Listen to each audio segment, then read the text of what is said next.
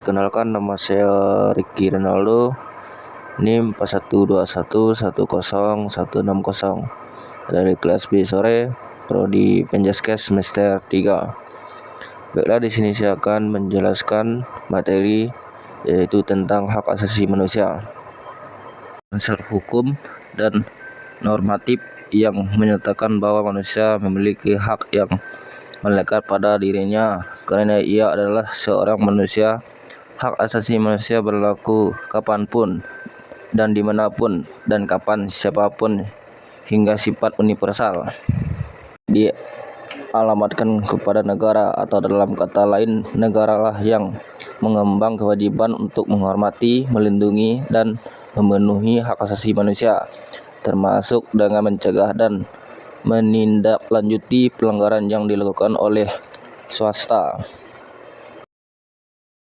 Terminologi modern, hak asasi manusia dapat digolongkan menjadi hak sipil politik yang berkenaan dengan kebebasan sipil.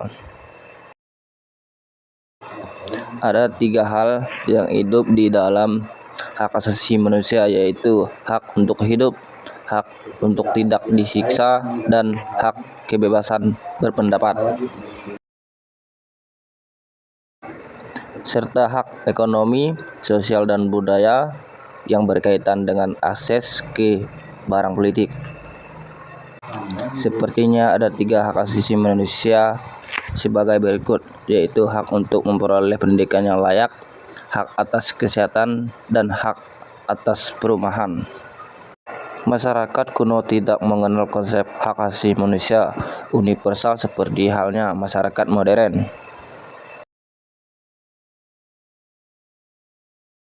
Konsep hak asasi manusia modern muncul pada paruh kedua abad ke-20, terutama setelah dirumuskannya Pernyataan Umum tentang Hak-Hak Asasi Manusia atau PUHAM di Paris pada tahun 1948. Semenjak itu, hak asasi manusia telah mengalami perkembangan yang pesat dan menjadi semacam kode etik yang diterima dan ditegakkan secara global.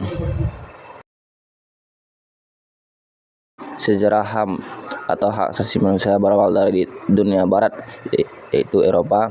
Seseorang filsuf Inggris pada abad ke-17, John Locke, merumuskan adanya hak alami atau natural right yang melekat pada setiap manusia, yaitu hak atas hidup, hak kebebasan, dan hak milik. Magna Carta 1215, yaitu piagam perjanjian antara Raja John dari Inggris dengan para bangsawan, disebut Magna Carta. Isinya adalah pemberian jaminan beberapa hak oleh raja kepada para bangsawan beserta keturunannya, seperti hak untuk tidak dipenjarakan tanpa adanya pemeriksaan pengadilan. Jaminan itu diberikan sebagai balasan atas bantuan biaya pemerintah yang telah diberikan oleh para bangsawan. Revolusi Amerika 1776. Perang kemerdekaan rakyat Amerika Serikat saat melawan penjajahan Inggris disebut Revolusi Amerika.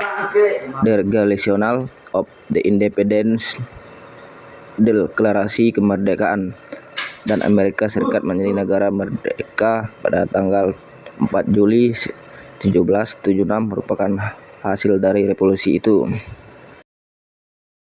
Periode sebelum kemerdekaan 1908 sampai 1945.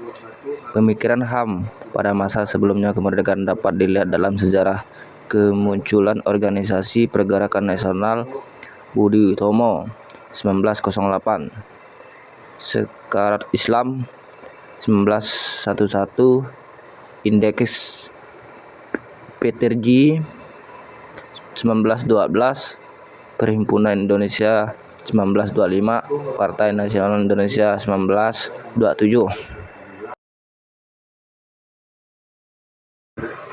Periode sebelum kemerdekaan 1908 sampai 1945. Lainnya, pergerakan-pergerakan yang mengunjung berdirinya HAM seperti ini tak lepas dari pelanggaran HAM yang dilakukan oleh penguasa atau penjajah. Dalam sejarah pemikiran HAM di Indonesia, Budi Utomo merupakan organisasi pertama yang menyuarakan kesadaran berserikat dan mengeluarkan pendapat melalui kritis-kritis yang ditunjukkan kepada pemerintah kolonial maupun lewat tulisan di surat kabar periode setelah kemerdekaan 1945 sekarang. Periode 1945 sampai 1950. Pemikiran HAM pada periode ini menenangkan wacana untuk merdeka, self determination, hak kebebasan untuk berserikat melalui organisasi politik, melalui didikan, serta hak kebebasan untuk menyampaikan pendapat terutama di parlemen. Periode 1959 sampai 1966. Periode ini merupakan masa berakhirnya demokrasi liberal dan digantikan dengan demokrasi terpimpin yang terpusat pada kekuasaan Presiden Soekarno. Demokrasi terpimpin atau without democracy tidak lain sebagai bentuk penolakan Presiden Soekarno terhadap demokrasi parlementer yang dinilai merupakan produk Barat. Periode pasca Orde Baru. Tahun 1998 adalah era paling penting dalam sejarah perkembangan HAM di Indonesia. Setelah terbatas dari penguasa rezim Orde Baru dan merupakan awal datangnya era demokrasi dan HAM yang kala itu dipimpin oleh B.J. Habibie yang berjabat sebagai wakil presiden pada masa pemerintahan Habibie.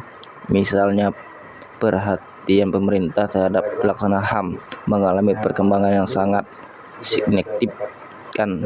Lahirnya TAP MPR nomor 17 MPR 1998 tentang HAM merupakan salah satu indikator pemerintah era reformasi. Baiklah, sekian dari video saya. Jika ada kata yang salah, saya minta maaf. Saya ucapkan terima kasih. Selamat pagi.